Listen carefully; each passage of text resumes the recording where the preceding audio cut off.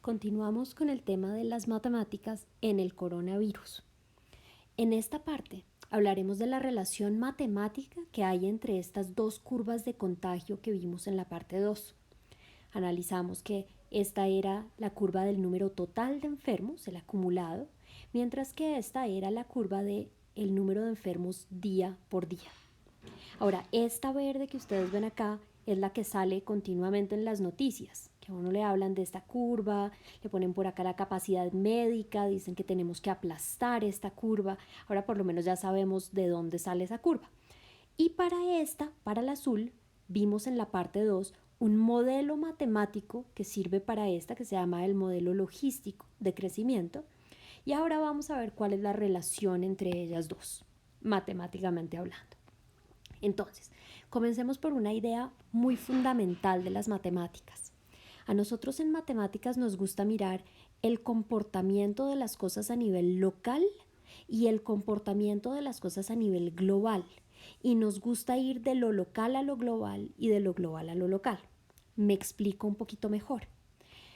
Por ejemplo, nos gusta coger una unidad, coger algo y partirlo en pedacitos y después ir y analizar el pedacito. Es decir, en vez de analizar todo esto globalmente, cogemos un pedacito y analizamos ese pedacito. Eso es lo que hace el cálculo diferencial. Solamente que no se cogen finitos pedacitos, sino que cogemos infinitos pedacitos y analizamos esos pedacitos. Ahora, ¿qué pasa después en cálculo integral? Que lo que uno hace es que coge esos infinitos pedacitos y los une para armar un todo. Veamos qué tiene que ver esto con el ejemplo de el coronavirus. Entonces, comencemos por lo siguiente. El tema del cambio es uno de los temas más fundamentales en matemáticas y es el tema de la derivada. Claro que la derivada es el cambio en un instante dado, no en un lapso de tiempo, sino en un instante dado. Ahora veamos acá qué podemos hacer con eso.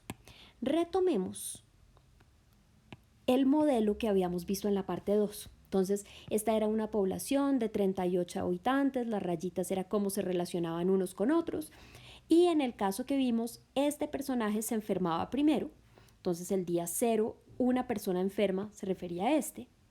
Luego contagiaba a estas otras 4 personas. Entonces al día siguiente iba a haber 5 personas enfermas, el que se enfermó el primer día más estos otros 4. Y así, el segundo día iba a haber en total 14 personas enfermas, etc. Así era que obteníamos esta curva azul, en este caso. Acá la voy a llamar E de T. E por número de enfermos, T el tiempo, y esto es el total de enfermos como una función del tiempo. Ok, ahora la pregunta que nos hacemos muy a menudo en matemáticas es cómo cambian las cosas. Entonces acá vamos a preguntarnos cómo cambia el total de enfermos. Ahora hay una primera aproximación que puede ser decir el número de enfermos crece, crece, crece y eventualmente se estabiliza. Ok, eso es una forma razonable de hablar del cambio, pero podemos ser mucho más precisos. Observen que cuando esto crece, crece, crece hasta acá, crece de formas distintas. Entonces, por ejemplo, entre el día 0 y el día 1, ¿qué tanto creció? En ese día pasó de un enfermo a 5 enfermos, es decir, el cambio fue de 4. Entonces acá el cambio fue de 4 enfermos por día. Mientras que, por ejemplo, entre el día 2 y el día 3 pasaron de 14 enfermos a 27 enfermos. Es decir, entre el día 2 y el día 3 el cambio fue de 13 enfermos por día. Y si ya miramos entre el día 5 y el día 6, el cambio fue solo de un enfermo por día. ¿Okay?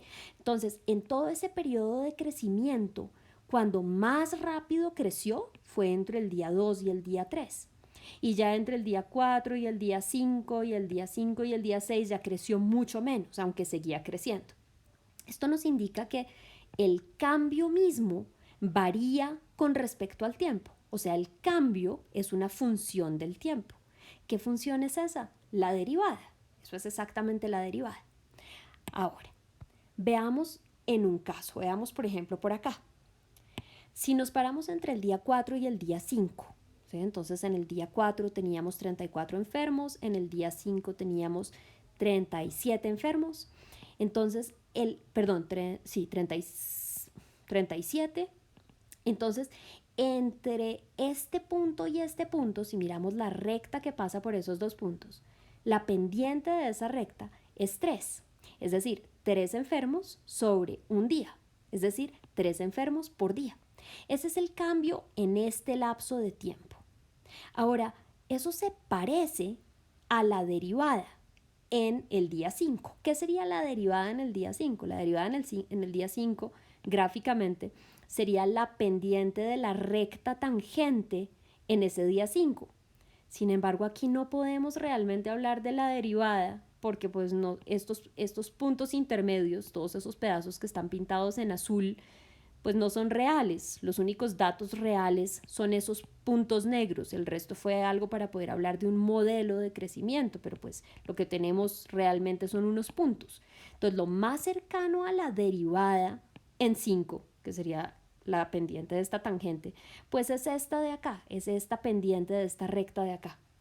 Entonces, la derivada en 5 es aproximadamente 3 enfermos por día. ¿Qué vamos a hacer ahora? Lo que vamos a hacer es graficar esas derivadas. Entonces, en el día 5 voy a poner un punto por acá que está a altura 3. ¿Por qué? Porque la derivada en 5 era 3. Y lo mismo vamos a hacer para los otros. Entonces, por ejemplo, en el día 1, ¿sí?, tenemos que pensar cuál sería la derivada aquí en t igual a 1, y pues eso no lo podemos calcular exacto, pero lo podemos aproximar cogiendo esta recta que pasa por acá, y la pendiente de esta recta es 4 sobre 1, o sea, 4. Es decir, que aquí en el día 1 vamos a poner un puntico a altura 4. ¿Sí? Y esta que era la pendiente más grande entre estos dos puntos, que era de 13, va a corresponder a el día 3. Entonces aquí en el día 3 vamos a subir hasta altura 13. Y si hacemos eso para todos los valores que tenemos, lo que vamos a obtener es estos puntos de acá. Esos puntos son como la aproximación de la derivada en los distintos tiempos. Ok, ahora vamos a unir esos puntos con una curva. Si unimos esos puntos con una curva, obtenemos exactamente la derivada, la función derivada de esta, ¿sí? O sea, E', la derivada de esa, que me está indicando el número de enfermos por día. ¿Sí? Piensen que las pendientes son enfermos por día. ¿Okay? Entonces, esta curva de contagio, que es la que sale en las noticias, no es nada más que la derivada de esta función que podemos obtener gracias al modelo logístico. Si miran la parte 2, en la parte 2 dimos una fórmula para esta ecuación. Entonces, para una fórmula para esta, pues simplemente habría que derivar. Ok, pasémonos a la segunda parte. Ahora vamos a ir al revés. Volvamos a tomar nuestro modelo, nuestra población de 38 personas, y ahora no pensemos en el total de enfermos, sino vamos a pensar en el número de enfermos en cada día. Entonces, esta persona se enfermó el primer día, o sea, en el día 0. En el día 1 se enfermaron estas 4 nuevas personas. ¿Listo? Y en el día 2, 9 personas, etc. Estos son los nuevos enfermos. El 6.º día se enfermó esta última persona y el día 7 pues ya no se enfermó nadie más. Ok, entonces ahora estamos arrancando de esta curva. Pusimos todos esos datos, ¿listo? Tenemos esta curva que la vamos a llamar D de T. Puse el D por día, ¿sí? Enfermos cada día. Ok, en esa gráfica que tenemos acá, pues la altura de cada una de esas líneas, pues es precisamente el número de enfermos ese día. Entonces en el día 3 hubo 3 enfermos, la altura de esta línea pues es 13. Ahora vamos a cambiar un poquito esa representación. Y ya no vamos a estar pensando en pintar esa línea, sino que más bien vamos a pintar una cajita, ¿sí? Un rectángulo a partir de esa. Entonces acá vamos a completar con un rectángulo de altura 1, acá con un rectángulo de altura 4, etc. Y obtenemos estos rectángulos. Y entonces ahora ya este 13 no solo se refiere a una altura, sino que queremos considerar el área de esta cajita. Y el área de esta cajita pues es base 1 y altura 13, o sea, el área es 13. Ok, ¿para qué queremos esto? Porque lo que nos interesa a nosotros es pensar cuál es el área bajo esa curva. Teníamos esta curva, D de T, y queremos pensar cuál es el área debajo de esa curva, todo lo que está coloreado acá en gris. ¿Ok? ¿ok? Entonces, el área bajo la curva matemáticamente es lo que llamamos la integral de esta función entre este punto de inicio y este punto final, entre 0 y 7. Ahora, no sabríamos cómo calcular el área exactamente. Sin embargo, el área bajo la curva se parece un montón al área de esta cajita más el área de esta cajita más el área, y si sumamos el área de esos rectangulitos, se va a parecer muchísimo, no es exactamente igual, pero se parece muchísimo al área bajo la curva. ¿Sí? Observen que aquí, por ejemplo, faltan estos pedacitos y aquí sobran estos pedacitos. ¿Sí? Se parece bastante, no es igual. Ok, entonces el área bajo la curva, a ver, me acerco un poco más acá. El área bajo la curva es esta integral. Esa es la definición matemática, ¿sí?, de esa integral. ¿Listos?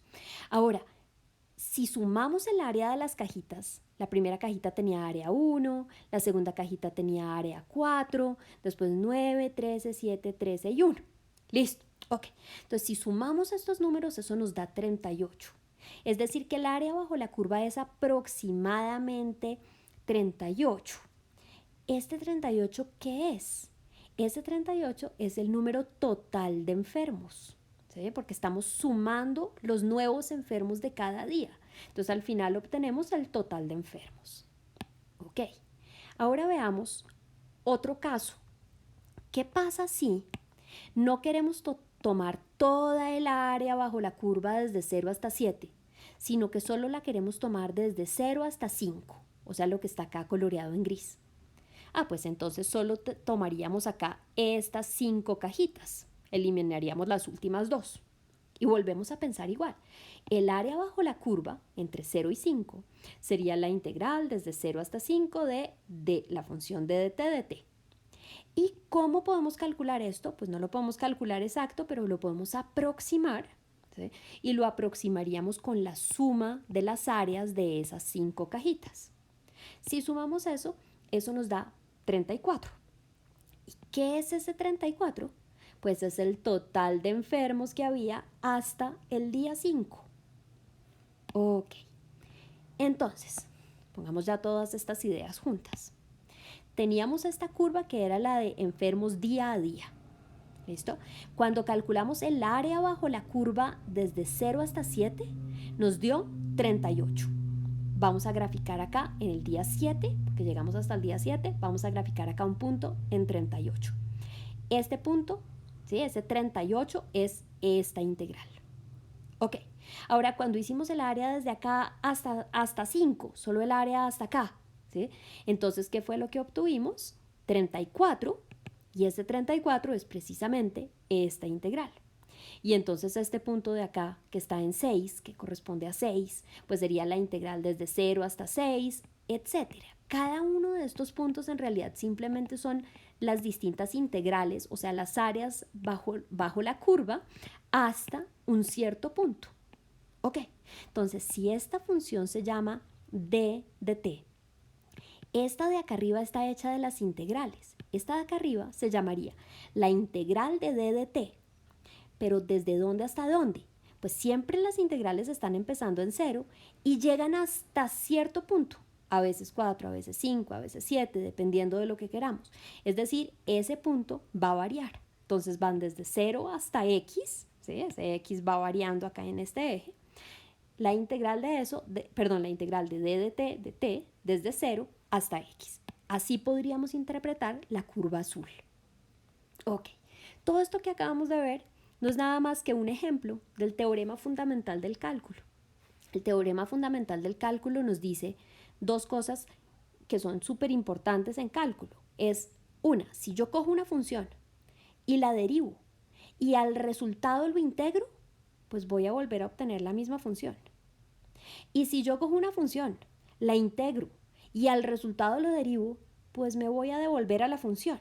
¿Sí? Esto, pues claro, es una forma muy simplificada de hablar del teorema fundamental, pero es lo que vale la pena recordar, es esa relación entre integrar y derivar que son procesos inversos. Entonces, si uno tiene un modelo para la curva azul y quiere obtener la curva roja, pues simplemente deriva. Y si tiene la curva roja y quiere encontrar un modelo para la curva azul, pues simplemente integra.